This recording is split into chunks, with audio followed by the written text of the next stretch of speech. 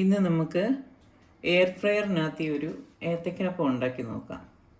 അതിനായിട്ട് ഞാനൊരു ഏത്തയ്ക്ക മുറിച്ച് വെച്ചിട്ടുണ്ട്.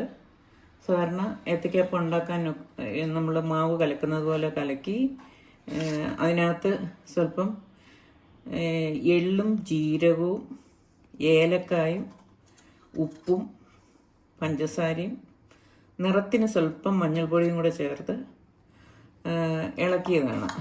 അല്പം വെള്ളം ഒഴിച്ച് ഇളക്കിയതാണ്. അതിനോടൊപ്പം തന്നെ പുട്ടുപൊടി അല്ലെന്നൊരിൽ അരിപ്പൊടി എന്തെങ്കിലും നമ്മൾ മിക്സ് ചെയ്യാറുണ്ട്, ക്രിസ്പി ആകാൻ വേണ്ടിയിട്ട്, പൊങ്ങാൻ വേണ്ടിയിട്ടൊക്കെ. അതിന് വേണ്ടിയിട്ട് ഞാൻ പക്ഷേ ഇപ്പോൾ ചേർത്തിരിക്കുന്നത് അല്പം ദോശമാവ് ചേർത്താണ് ഇതിനെ മിക്സ് ചെയ്തെടുത്തിരിക്കുന്നത്. ഈ ഒരു പരുവത്തിന് കലക്കി വെച്ചിരിക്കുകയാണ്. അപ്പോൾ നമുക്ക് എയർ ഫ്രയറിനകത്തിലോട്ട് ഇതിൽ മുക്കി വെക്കാം. പ്രീഹീറ്റ് ചെയ്തതാണ്, അത് ചൂടായിട്ടിരിക്കുകയാണ്. 5 മിനിറ്റ് പ്രീഹീറ്റ് ചെയ്ത്, അല്ലെ 2-3 മിനിറ്റ് ചെയ്താലും മതി. നമ്മൾ മാവിനകത്ത് മുക്കി ഏത്തയ്ക്കാപ്പം അങ്ങോട്ട് വെക്കുകയാണ്.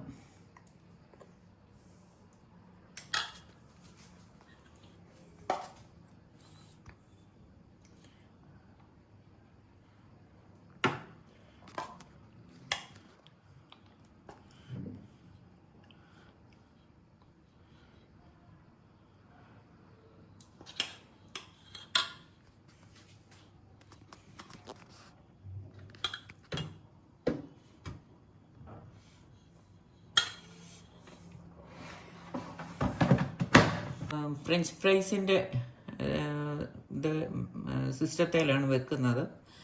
അത് 31 മിനിറ്റ് ഉണ്ട്. പക്ഷേ നമ്മൾ ടൈം കുറച്ചൊരു 20 മിനിറ്റ് വെച്ച് നോക്കുകയാണ്.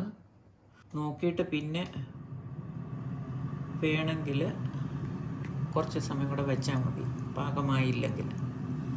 180 ഡിഗ്രി സെൻറ്റിഗ്രേഡിൽ 20 മിനിറ്റ് വർക്ക് ചെയ്തുകൊണ്ടിരിക്കുകയാണ്. ഇപ്പോൾ നമ്മൾ 20 മിനിറ്റത്തേനായിരുന്നു വെച്ചിരുന്നത്. പകുതി സമയമാകുമ്പോൾ നമുക്കൊന്ന് ഓപ്പൺ ചെയ്ത് അത് അതിൻ്റെ മാവൊക്കെ ഒന്ന് ഭംഗി കാണും. അതിൻ്റെ പുറത്തേക്ക് ഇച്ചിരി ഓയിൽ പുരട്ടി കൊടുക്കുക.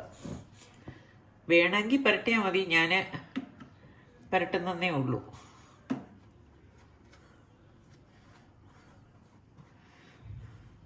ഇതൊന്ന് തിരിച്ചിട്ടിട്ട് മറുപുറത്തും വേണമെങ്കിൽ പുരട്ടാം.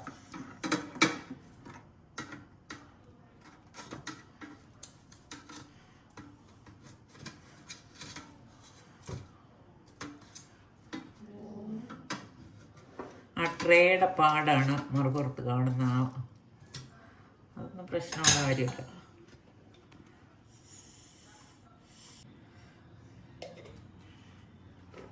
എന്നിട്ട് അടച്ചു വെച്ച് നമുക്ക് ഓൺ ചെയ്യാം.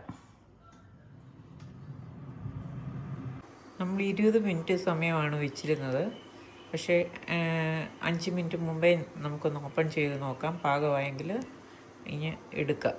അല്ല, പാകമായില്ല എങ്കിൽ 5 മിനിറ്റ് കൂടെ നമുക്ക് കുക്ക് ചെയ്യാനായിട്ട് ടൈം കൊടുക്കാം. ഇതൊന്ന് പോസ് ചെയ്തിരിക്കുകയാണ്. അതിനകത്ത് നിന്ന് എടുത്ത് നോക്കാം. നല്ലവണ്ണം കുക്കായിട്ടുണ്ട്, മൊരിഞ്ഞിട്ടുമുണ്ട്. അപ്പോൾ നമുക്ക്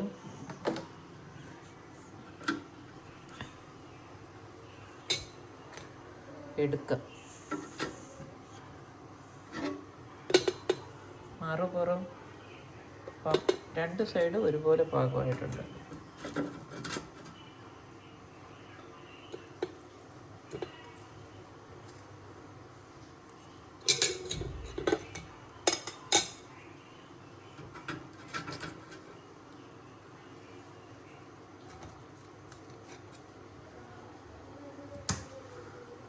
അങ്ങനെ എയർ ഫ്രയറിലുണ്ടാക്കിയ ഏത്തയ്ക്കാപ്പം റെഡി ആയിട്ടുണ്ട്.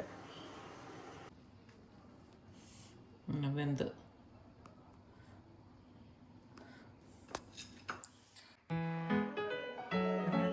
4 മണിക്ക് ഹെൽത്തി ആയിട്ടുള്ള ഒരു ഈവനിങ് സ്നാക്ക്.